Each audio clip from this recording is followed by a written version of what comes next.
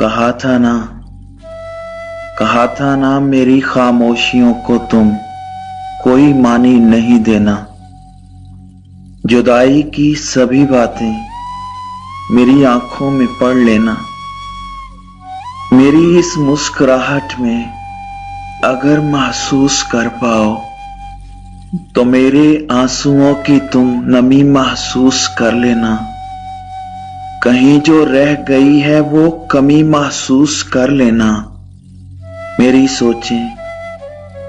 मेरी सोचें मेरे अल्फाज का जब रूप लेती हैं, तुम्हारा अक्स बनता है, तुम्हारा अक्स बनता है।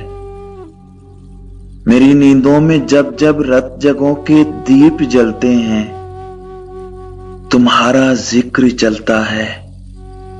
तुम्हारी याद माजी के दरीचे खोल देती है। तुम्हारी शबनमी आहट ये मुझसे बोल देती है। कहा था ना, कहा था ना, कहा था ना हमारे दरमियां ये फासले किस्मत में लिखे हैं, और इस किस्मत के लिखे को बदल तुम भी नहीं सकती, बदल मैं भी नहीं सकता। मगर मुश्किल यही है हिज्र के पुरपेच रस्तों पर, संभल तुम भी नहीं सकती, संभल मैं भी नहीं सकता।